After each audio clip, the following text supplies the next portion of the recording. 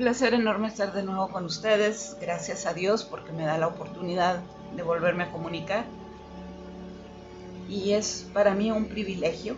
De verdad que gracias al Señor por este medio que alcanza a personas que yo no conozco, a personas que hace mucho tiempo no veo o no hablo con ellas, y aún a las personas más cercanas.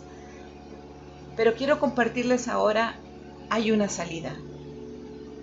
Siempre, a pesar de nuestras circunstancias, de nuestras dificultades, de nuestros problemas que todo mundo tenemos, es que sepamos que hay una salida, que no todo está encerrado en un mundo oscuro, sin puertas, que sepamos que hay un camino, y es de lo que les quiero hablar. Por eso Mateo 7, 13 y 14 les hablo de este versículo, porque en realidad estuve estudiando dos versiones y me parecen importantes. Hay un lenguaje actual en el cual la gente que no entiende muy bien la palabra por el vocabulario que utiliza, hay un lenguaje actual que es mucho más fácil de entender. Pero tú busca de qué manera entender la palabra de Dios. Busca el lenguaje que se te acomode. Y para esto quiero leerles los dos lenguajes y ustedes puedan tomar su propia opinión. El lenguaje actual dice: es muy fácil andar en el camino que lleva a la perdición, porque es un camino ancho y mucha gente va por ese camino. Pero es muy difícil andar por el camino que lleva a la vida, porque es un camino muy angosto. Por eso son muy pocos los que lo encuentran. Es el lenguaje actual. La versión Reina Valera, que es en la que yo me he estado acostumbrando a estudiar, dice: entrad por la puerta estrecha, porque ancha es la puerta y espacioso el camino que lleva a la perdición, y muchos son los que entran por ella, porque estrecha es la puerta y angosto el camino que lleva a la vida, y pocos son los que la hallan. Con esto, la diferencia en que yo encontré es que al iniciar el versículo, en uno dice: es fácil andar por el camino, y en el otro dice: entra por la puerta estrecha. Te está dando la dirección. Entra por la puerta estrecha. Y aunque sean claras las versiones, a veces hay que enfatizar en lo que podemos visualizar para entenderlas mejor. Pero esto es un preámbulo para decirles por cuál puerta puedes entrar, por cuál puerta viene tu camino, qué camino estás tomando. ¿Ya echaste un vistazo hacia atrás? ¿Ya sabes si tu camino es el correcto? ¿Es angosto? ¿Se te dificultan las cosas? ¿No es fácil encontrar? Y no quiere decir que Dios no quiera que vivas una vida en plenitud y en abundancia. Claro que no. Se refiere a que no fácil es encontrar quien esté buscando su presencia real. Pues yo te digo, cuidado porque hay veces que creemos caminar por el camino correcto, pero volteemos para ver el verdadero camino. Y tomando, por ejemplo, a nuestros personajes antiguos, es de lo que les quiero hablar. En el Antiguo Testamento, que hemos visto como héroes, y fueron hombres como tú y como yo, que se equivocaban, que acertaban también, y que con un gran número de bendiciones se comunicaban con Dios. Y para empezar quiero hablarles de Abraham. De los tres que les voy a hablar, ustedes los conocen y creo que la mayoría, y si no, bueno, te exhorto a que leas para que estudies la vida de cada uno de ellos. Abraham tuvo un gran título: el padre de la fe, el padre de multitudes, porque se supone que tú y yo somos descendencia de él. Esa fue la promesa que Dios le dio. ¿Y sí sabemos por qué? Porque el título que tiene fue a base de haber hecho él engrandecer su fe de tal manera que Dios le hablaba, que Dios se lo permitió. Como salir de su tierra prometida, salir de la tierra de su parentela, no de la prometida, iba para allá. Y fue su fe la que lo hizo hacer muy obediente. Luego, entre lo más destacado también es el que Dios le dijo que sería padre a los 75 años. Y cumplió su promesa a los 100 y su esposa de 90. ¿Quién tiene esa fe de 25 años creyéndole a Dios cuando no hay esperanzas, cuando el mundo se ve cerrado por completo, cuando no hay una puerta? ¿Quién puede tener 25 años de espera para tener un bebé cuando ya eres de 100 años, cuando tu esposa es de 90 y en su juventud no pudo ser madre? Pues fue Abraham y le da a su único hijo, pero ahí no fue, o sí fue gigantesca esa fe, pero la fe más grande fue cuando le pide a su hijo en holocausto. Y no lo duda. No lo duda porque él tiene fe. Si me lo diste para algo y aquí estoy, para obedecer lo que tú me mandaste. Difícil para que alguno de nosotros pudiera. Era muy fácil decir, y para eso me lo diste, y para eso estuve esperando 25 años para que me lo dieras y ahora me lo quitas. Nosotros somos muy padres para exigir y reclamar derechos, cuando a Él, al Dios eterno, no le tenemos que reclamar nada. Él sabe muy bien lo que nos conviene y lo que nos corresponde. ¿Podemos decir que aún tenemos poquita fe? ¿Podremos corroborar y creer que es verdad esta historia que nos platica la palabra de Dios?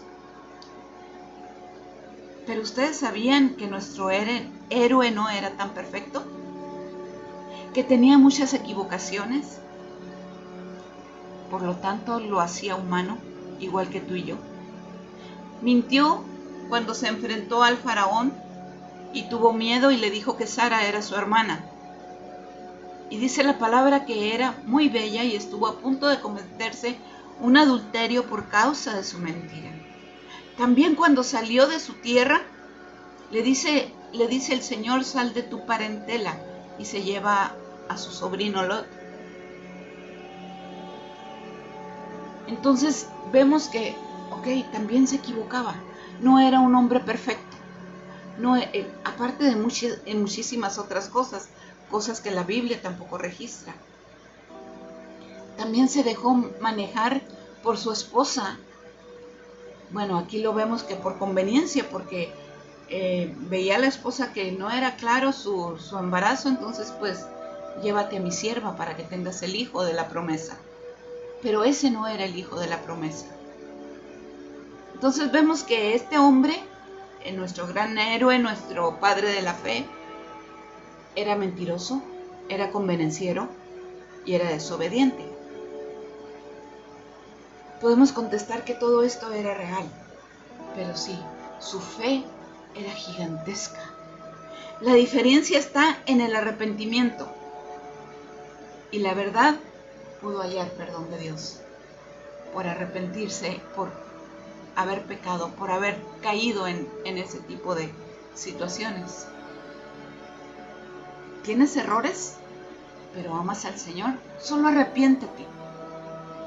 Y no que los demás no lo noten, porque el que debe reconocer es Él. Si no llega tu arrepentimiento de verdad a Él, no hay perdón. Pero quiero continuar con otro de nuestros meros del Antiguo Testamento.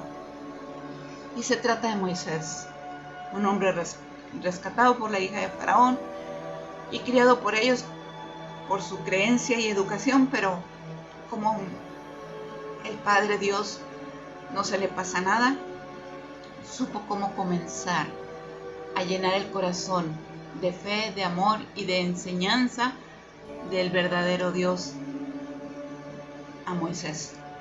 De tal forma que fue salvado de morir aún siendo un bebé, pero Dios le había destinado para liberar a su pueblo. y todo estaba bajo control. Pero este nuevo líder estaba ante un libre albedrío, como tú y yo, que nos hace cometer error tras error.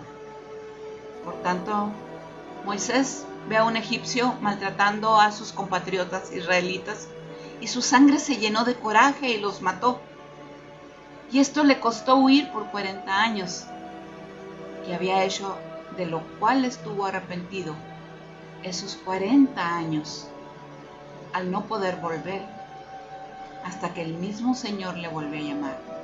A través de una zarza ardiendo le dice que se quite las sandalias porque el lugar que pisa es santo. Pero si le dice, te daré al pueblo de Israel para que seas su libertador.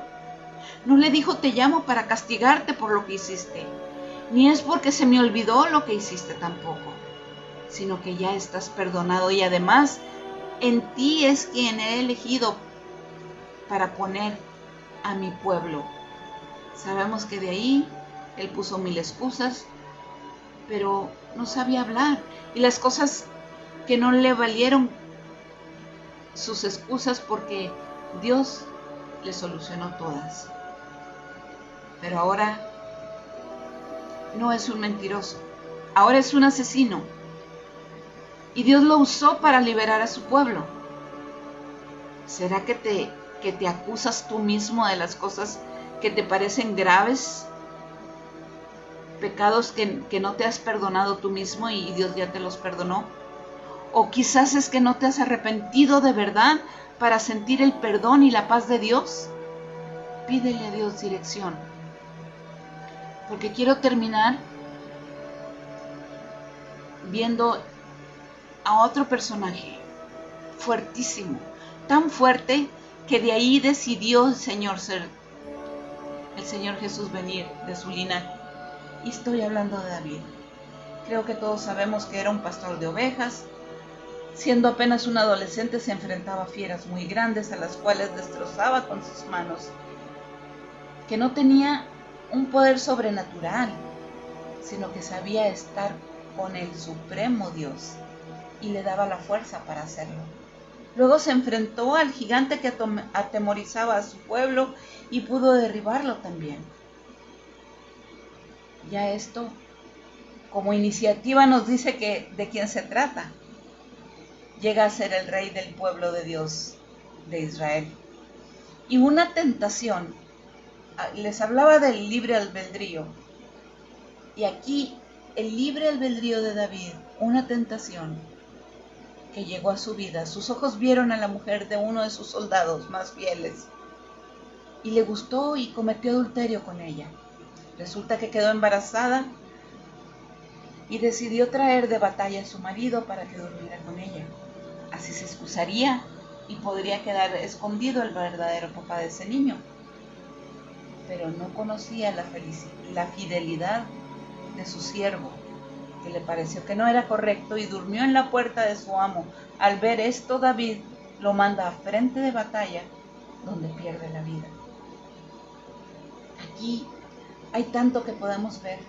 Cayó en tentación y eso lo llevó a ser adúltero, pero también manipulador al querer orquestar la situación según su beneficio. Termina siendo asesino. Estamos hablando del rey David, del linaje escogido de Dios. ¿Y por qué enfatizo en esto? ¿Y por qué menciono estos personajes que Dios utilizó para que nos den enseñanza, para que sean guías de nuestras vidas aún el día de hoy? Como verás, no eran santos. Dios no escoge a santos, porque no los hay. Y tampoco es un permiso para que peques, para que digas, ok, al cabo me arrepiento y Dios tiene el control de todo y me salva. Yo te estoy enseñando la salida. Yo te estoy enseñando que sí hay una salida a pesar de la dificultad tan grave que puedas tener en este momento. Arrepentimiento. Se llama arrepentimiento. Si leemos el Salmo 51 completo, porque está fuerte y está buenísimo. Es tan real el arrepentimiento de David. Nomás quiero leerles el 1 y el 2 que dice: Ten piedad de mí, oh Dios, conforme a tu misericordia. Conforme a la multitud de tus piedades, borra mis rebeliones. Lávame más y más de mi maldad y límpiame de mi pecado. David estaba realmente arrepentido. Podemos ver el arrepentimiento tan grande que tenía, sin olvidar que las consecuencias siempre van a permanecer. Ahora les diré, echen un ojo al libro de Judas. Está tan escondido, está antes de Apocalipsis, es el último libro antes de Apocalipsis. Es un solo capítulo y está muy fuerte, porque nos está exhortando a reconocer la maldad en la que vivimos, el pecado en el que caemos, pero concluye con esto. Dice Judas 24:25 al final: y aquel que es poderoso para guardarnos sin caída y presentarnos sin mancha delante de su gloria, con gran alegría, al único sabio Dios, nuestro Salvador, sea gloria y majestad, imperio y potencia, ahora y por todos los siglos. Amén. Con esto nos da a saber que hay una puerta muy importante. Se llama Jesús, porque los antiguos no tuvieron a Jesús, no tuvieron una sangre redentora en la cruz que los salvaba de caer, de caer en pecado. No nos salva nomás que nuestra conciencia, nuestro arrepentimiento, nuestra decisión por seguir por la puerta angosta. Se llama Jesús, esa puerta angosta que te lleva a la libertad, que te lleva a la paz, que te lleva a la tranquilidad. ¿Has cometido errores? ¿Has cometido pecados? Arrepiéntete. Y te tengo una noticia: no vas a dejar de cometerlos todavía, pero no quiere decir que por esto lo vas a hacer con conciencia. Cuidado. Y recuerda, siempre hay una salida. Busca esa puerta que se llama Jesús. Búscala, porque en estas fechas estamos conmemorando su muerte. No para reconocer su sacrificio como tal, como ver su sangre, las espinas, ver su agonía en la cruz, sino reconocerlo en nuestra vida y decirle: gracias, Señor, gracias por haber dado tu vida por mí, por haber pagado mis pecados en esa cruz. Gracias, Dios, por darme la oportunidad nueva de volver a estar contigo. El día que me vaya de aquí, quiero irme a tu trono celestial. Quiero irme a ese lugar perfecto que tú tienes, donde no hay tristeza ni dolor. Te doy gracias, Señor, en el nombre de Jesús. Gracias, queridos hermanos, amigos, persona que me escuchas. No dudes, investiga. Si tú crees que lo que yo he hablado no está correcto, si tú crees que lo que yo te he dicho no es de acuerdo a lo que tú crees, busca, investiga, no te quedes con dudas.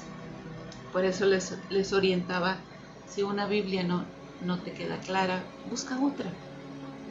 Busca la que tú tienes, en la que tú crees, y busca otra para que compruebes o corrobores lo que se está hablando.